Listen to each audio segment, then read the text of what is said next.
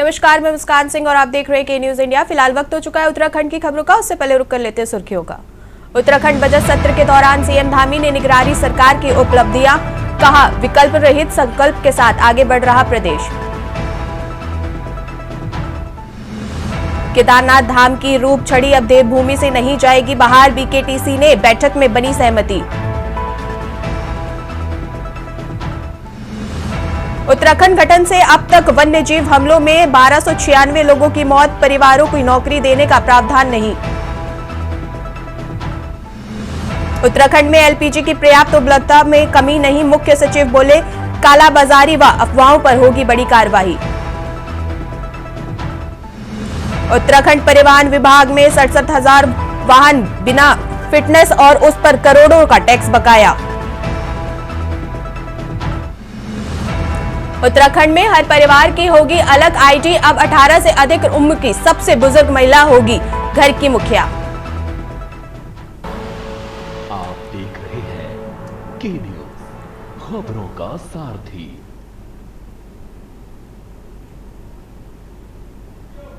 Bulletin की शुरुआत कर लेते हैं रामनगर की खबर से। आपको खबर रामनगर से बता रहे हैं, जहां रामनगर के पीएनजीपी महाविद्यालय में आयोजित युवा आकांक्षा कार्यक्रम युवाओं की बात हरीश रावत के साथ कार्यक्रम में उत्तराखंड के पूर्व मुख्यमंत्री हरीश रावत ने शिरकत की। इस दौरान उन्होंने युवाओं की आकांक्षाओं, धार्मिक मुद्दों, गैरसैंण और पर्यटक नगरी में गैस संकट जैसे कई विषयों पर अपनी प्रतिक्रिया दी।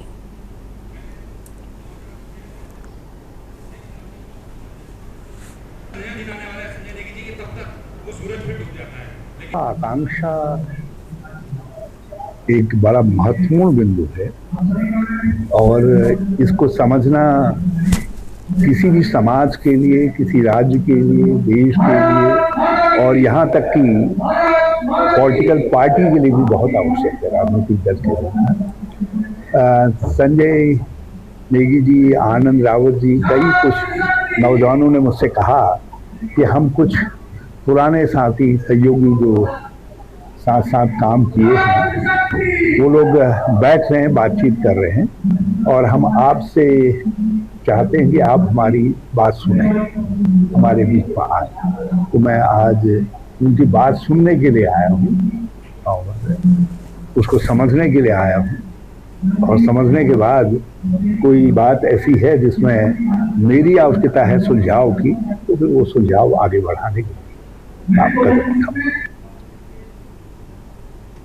खबर आपको गदरपुर से बता रहे हैं, जहां गैस सिलेंडर की बढ़ती कीमतों के विरोध में कांग्रेस कार्यकर्ताओं ने केंद्र सरकार के खिलाफ जोरदार प्रदर्शन किया। कांग्रेस प्रदेश महामंत्री ममता हवलदार के नेतृत्व में कार्यकर्ताओं ने जुलूस निकालकर नेताजी सुभाष चंद्र बोस चौक पर मुख्यमंत्री पुष्कर सिंह धामी का पुतला दहन किया और जमकर नारेबाजी की। कांग्रेस नेताओं ने आरोप लगाया है कि गैस सिलेंडर के लगातार बढ़ते दामों से आम जनता की रसोई का बजट बिगड़ गया है और गरीब व मध्यम वर्ग पर महंगाई का बोझ पड़ गया है।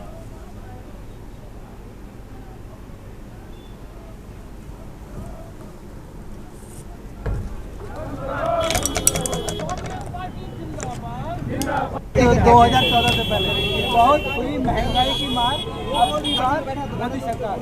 आज 2026 हो गए, इन 11 सालों में देश की जनता को चूसने का काम किया है। आज महिला त्रस्त है, 450 से लेकर 1200 रुपये तक अब सिलेंडर के दाम बढ़ गए हैं, बिजली के दाम बढ़ गए हैं, शिक्षा महंगी हो गई है, किसानों के खाद महंगे हो गए हैं। उसके बाद पेट्रोल डीजल के दाम आसमान पे छू रहे हैं। चलो अभी तो आप ये बहाना दे रहे हैं कि ईरान और अमेरिका की युद्ध चल रहा है। ये किचन संभालना मुश्किल होता है। और जब हमारे कांग्रेस सरकार थे तब 400 रुपये गैस थे, तो उसके बाद इनके ही मंत्री, इनके ही सांसद सिलेंडर लेके पूरे सड़क पे घूमती थी कि 50 रुपये बढ़ गया है और आज जो है सिलेंडर की कीमत 1000 से ऊपर जा रहा है। दूसरी बात, सिलेंडर मिल भी नहीं रहे हैं, लक में मिल रहा है सिलेंडर। और पूरे आज मैं देख रही थी कम से कम 500 लोगों की लाइन है। 27 फरवरी को वन अधिकारी के साथ हुई मारपीट और अभद्रता के मामले में अब पुलिस का एक्शन शुरू हो गया है। विकासनगर पुलिस ने वायरल वीडियो और साक्ष्यों के आधार पर 2 आरोपियों को थाने लाकर वैधानिक कार्रवाई की है, जिसके खिलाफ सरकारी कार्य में बाधा डालने, सरकारी अधिकारी से मारपीट करने सहित तमाम गंभीर धाराओं में मुकदमा दर्ज कर यह कार्रवाई की गई।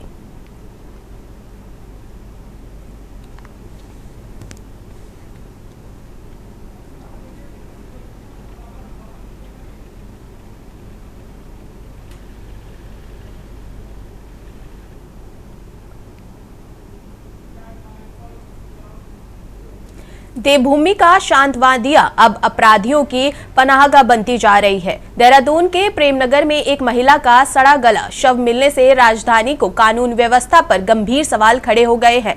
बाला सुंदरी मंदिर के पास जंगल में मिली इस लाश ने वन विभाग और पुलिस के गश्त के साथ सभी सुरक्षा व्यवस्था के दावों की पोल खोल दी है। वारदात थाना प्रेमनगर क्षेत्र की, जहां आज सुबह सुबोध वाला क्षेत्र जंगल के भीतर एक अज्ञात महिला का शव बरामद हुआ।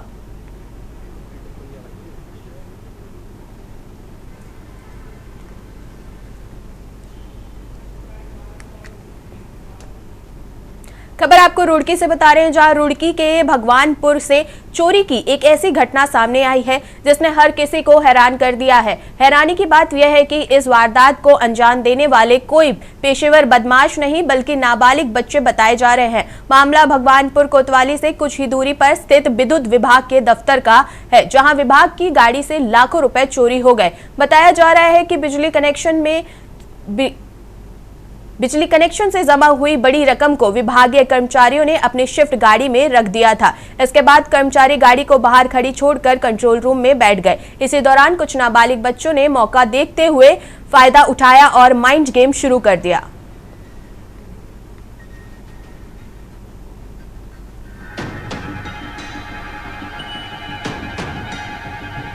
ये मामला मेरे संग आया है। हमारे जैस है विनीत कुमार भगवानपुर के, उनकी गाड़ी में जो कैश था, कुछ शरारती तत्व थे बच्चे, जो जैसे सीसीटीवी कैमरे में पता चला है, उन्होंने पैसे चुराते हुए दिखे हैं। तो इसकी पुलिस जांच कर रही है। पुलिस में तहरीर दे दी थी हमने कल ही। जो भी जब कार्रवाई होगी हम उसके साथ पुलिस के साथ। जय साहब मौजूद नहीं थे, जय साहब दूर कंट्रोल रूम में थे और बैंक बंद था, इसलिए गाड़ी में रख रखे थे। बैंक अगर खुला होता तो दिन में पैसे जमा हो जाते हैं। अच्छा, वो तो जांच का विषय, पुलिस जांच कर रही है।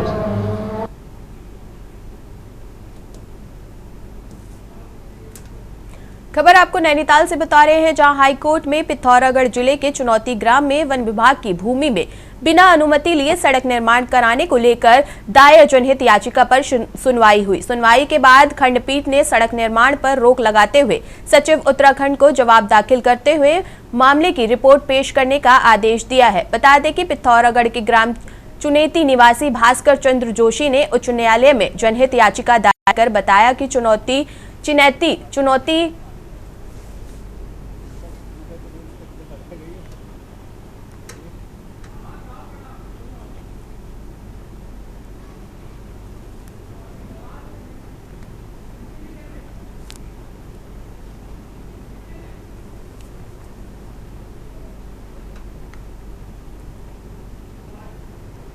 जनहित याचिका भास्कर चंद्र जोशी जी ने ये ग्राम सुनेती तहसील पिथौरागढ़, तहसील थल, जिला पिथौरागढ़ वाले ने दाखिल करी। उन्होंने कहा कि फॉरेस्ट की ज़मीन में अवैध रूप से प्राइवेट रास्ता बना रहे थे, जिसमें माननीय न्यायालय ने आज संज्ञान लिया, जिसमें सरकारी वकील जो आज अपेयर हुए उन्होंने कुछ रिपोर्ट दाखिल करी।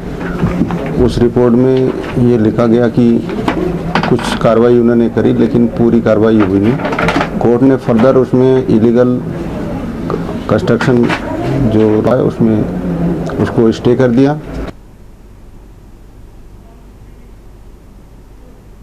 उत्तराखंड हाईकोर्ट ने नैनीताल जिले की बदहाल सड़कों और पर्यावरण के साथ हो रहे खिलवाड़ को लेकर दायर याचिका पर सुनवाई हुई। मामले की सुनवाई के बाद कोर्ट की खंडपीठ में जिला प्रशासन को 2 सप्ताह में नैनीताल हल्द्वानी व नैनीताल भवाली सड़क को ठीक कर प्रगति रिपोर्ट पेश करने को कहा है। मामले की सुनवाई के लिए कोर्ट ने 2 सप्ताह बाद की तिथि नियत की है। आपको बता दें कि अनिल यादव के उच्च न्यायालय में दायर जनहित याचिका दायर कर जिले के पर्वतीय मार्गों पर सुरक्षा मानकों का उल्लंघन कर अवैध डंपिंग होने और कचरा प्रबंधन की विफलताओं को उजागर किया है, जिसे न्यायालय ने गंभीरता से लिया है।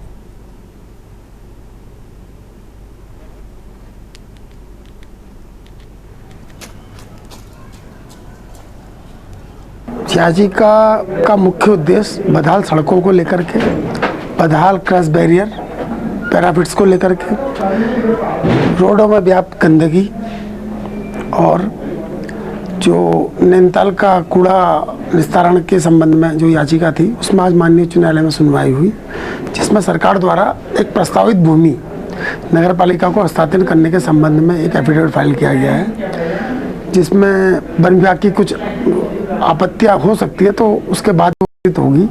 इस संबंध में बातें हुई और माननीय उच्च न्यायालय के सामने ये प्रकरण आया कि नैनीताल रोड में तो कुछ जगह क्रैश बैरियर्स और पैरापेट ठीक कर दिए गए हैं। गदरपुर क्षेत्र में पर्यावरण के लिए एक बेहद सकारात्मक और सुकून देने वाली खबर सामने आई है।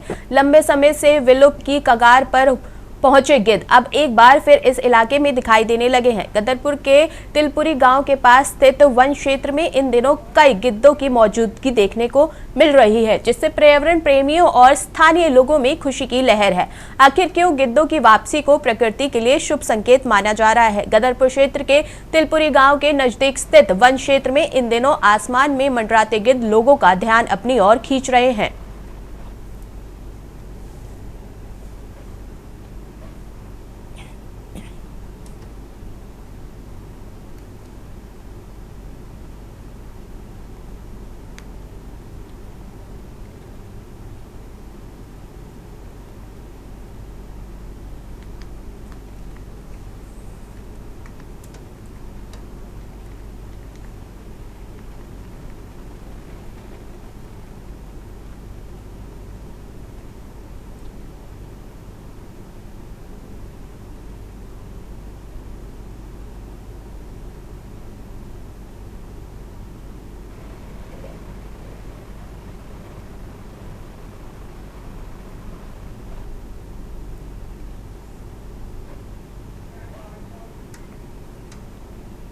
खबर आपको पौड़ी से बता रहे हैं, जहां पौड़ी मुख्यालय में विद्युत विभाग के कर्मियों ने बिजली क्षेत्र के निजीकरण के विरोध में जोरदार प्रदर्शन किया। कर्मियों के अधिशासी अभियंता विद्युत वितरण खंड पौड़ी के कार्यालय के बाहर एकत्र होकर विद्युत अमेंडमेंट एक्ट 2025 को निरस्त करने की मांग उठाई और सरकार के खिलाफ नारेबाजी करते हुए आक्रोश व्यक्त किया। प्रदर्शन कर रहे कर्मियों को कहना था कि सरकार संपूर्ण पावर सेंटर के निजीकरण के उद्देश्य से इलेक्ट्रिसिटी बिल को लोकसभा में लाने जा रही है।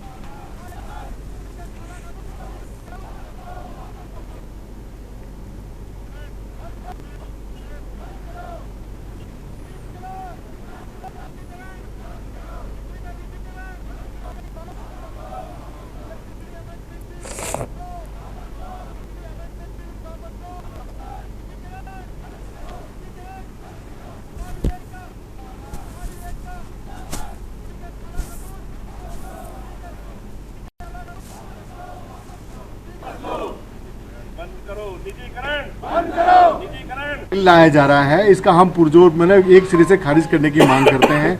इस पूरे बिल में जो उद्योगपति हैं, जो बहुत बड़े बड़े फायदे की बातें हैं, बिजली का लाइसेंस उनको देने की बात की जा रही है, जो हमारी इंफ्रास्ट्रक्चर है उनको बिना किसी उसके वो फ्री में देने की, क्योंकि जनता की टैक्स से और गाड़ी कमाई से सारी हमारी लाइनें बिजली का सब बने हैं, वो उनको एक तरफ से देने की कार्रवाई की जा रही है और उसका कोई फायदा जनता को नहीं मिलेगा अगर उनको दे दिया गया तो।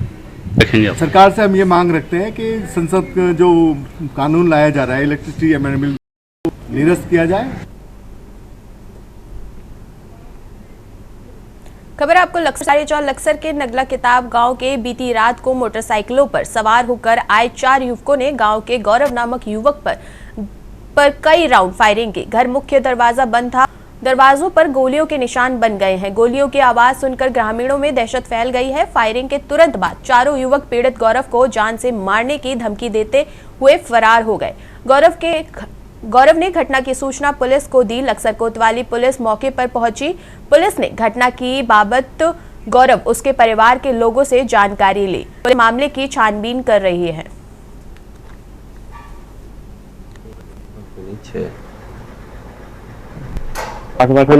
पुलिस प्रशासन जब हमारे यहाँ पे फायरिंग हुई गेट पे, मेरे पिताजी नीचे ही जो है अपना मुंह हाथ धोए पानी छाने के बाद, तो उसी के 10 मिनट बाद यहाँ पे 2 बाइक आती है और धड़ाधड़ राउंड फायरिंग जो करते हैं गेट पर करते हैं, राउंड उन्होंने फायर किए हैं और बार बार कॉल आ रही थी मेरे पास धमकी की कि गोली मारेंगे, तेरा गोली मारेंगे।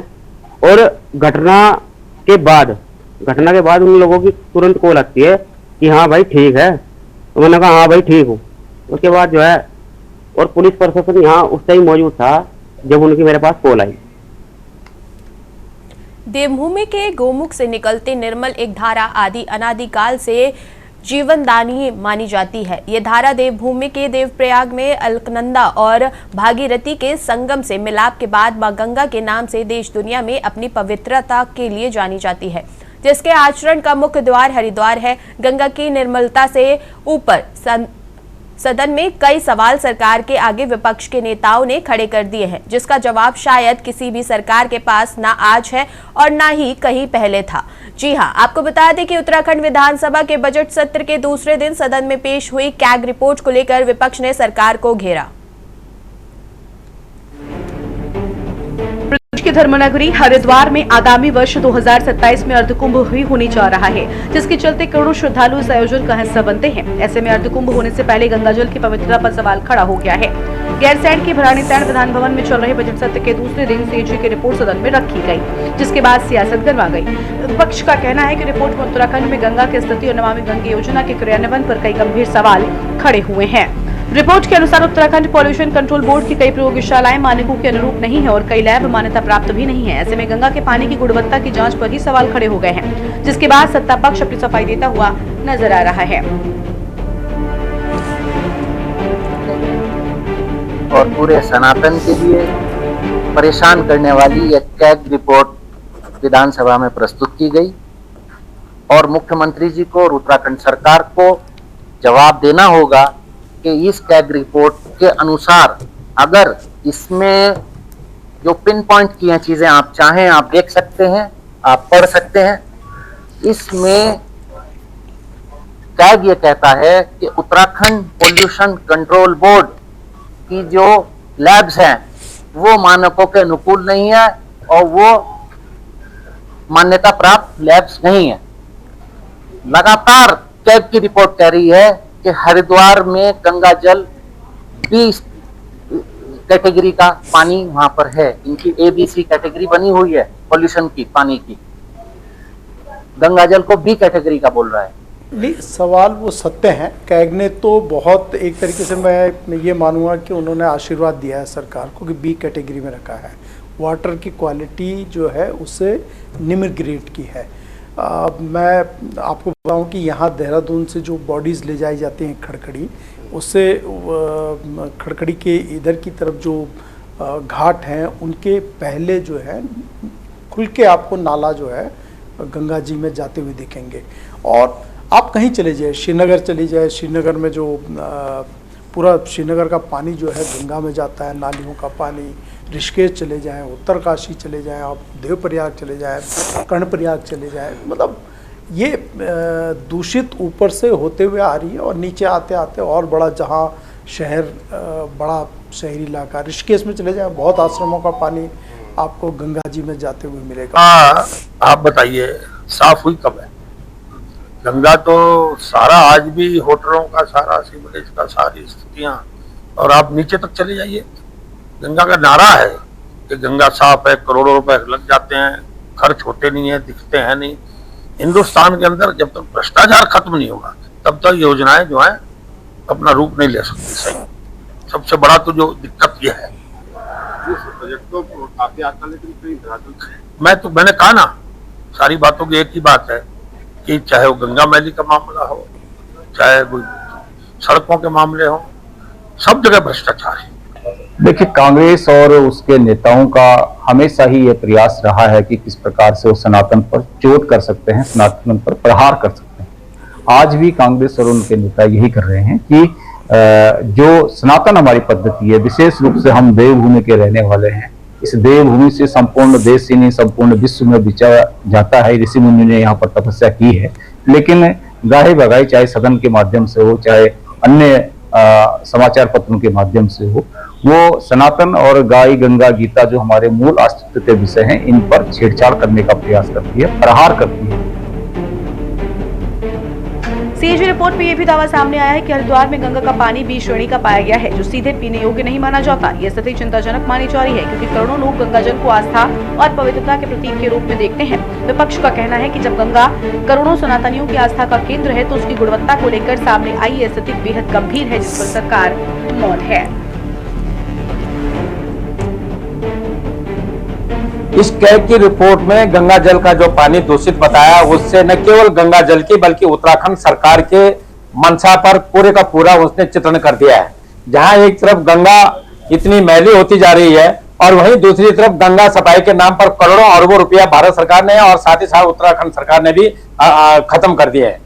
ऐसी स्थिति में जहां उनकी रोकथाम के लिए उनको नदी के किनारे जो औद्योगिक कारखाने, कल कारखाने हैं और वहीं बड़े बड़े होटल हैं, उनको रोक देना चाहिए था। आपसे ये कह सकता हूं कि आपने देखा होगा कि 2016 में केंद्र सरकार ने 20,000 करोड़ रुपया कुंभ नदी साफ, गंगा साफ करने के लिए बताया था और कहा था कि हम 2022 तक गंगा को इतना शुद्ध बना देंगे उसका पानी पीने लायक होगा। लेकिन गंगा और गंदी हो गई, माँ गंगा की स्थिति और खराब हो गई है। ये सरकार तमाम सीवरेजों को गंगा में छोड़ रही है, इनको माँ गंगा से कुछ लेना देना नहीं, ये केवल जुमलाबाजी कर रही, झूठ बोल रही है। देखिए, मुझे लगता है कि अब तक में हमारी सरकार ने कुंभ का आयोजन हो, मैं समझती हूँ कि चाहे केदारनाथ में हमारी 4 धाम यात्राएं हों, भारतीय जनता पार्टी की सरकार धामी जी के नेतृत्व में सफलतम आयोजन करती रही है। 38 नेशनल गेम जैसे बड़े आयोजनों को सफलता के साथ में किया है। मुझे लगता है कि आने वाले समय में हमारे चाहे वो नंदा राज यात्रा हो, चाहे हमारा अर्ध कुंभ हो, वो भी सफलता के साथ में आयोजन किया जाएगा। और विपक्ष को शायद हमारा यही सफलता का आयोजन जो हम लोग करते आए हैं, उसी को लेकर उनकी पीड़ा है और वो हमेशा इस बात को अच्छे कार्य में भी किस तरीके से आपत्ति और खलल डाला जाए, वो उस प्रकार का आचरण अपनाते हैं, जो दुर्भाग्यपूर्ण है। अब देखना ये होगा कि सीएजी की इस रिपोर्ट और विपक्ष के आरोपों पर सरकार क्या जवाब देती है। करोड़ श्रद्धालुओं की आस्था व गंगा की निर्मलता को बनाए रखने के लिए आगे क्या कदम उठाए जाते हैं। ऐसे में सदन के दौरान उठाए गए सवालों पर सरकार को सदन और जनता के सामने स्पष्ट जवाब देना चाहिए कि नमामि गंगे के चलते हर साल करोड़ों का बजट गंगा की देखरेख में लगता है। इसके बावजूद आज भी हरिद्वार नगरी में जल पीने योग्य तो बिल्कुल नहीं है। तो अब तक गंगा पर लगा पैसा क्या सही से नहीं लग पाया? अगर सरकार सही काम कर रही है तो आज वीरान की गंगा मैली क्यों है? और गंगा की सफाई के लिए चलाई जा रही योजनाओं का अब तक क्या असर हुआ है? Uttarakhand desk report. उत्तराखंड की खबरों में फिलहाल इतना ही। देखते रहिए के न्यूज।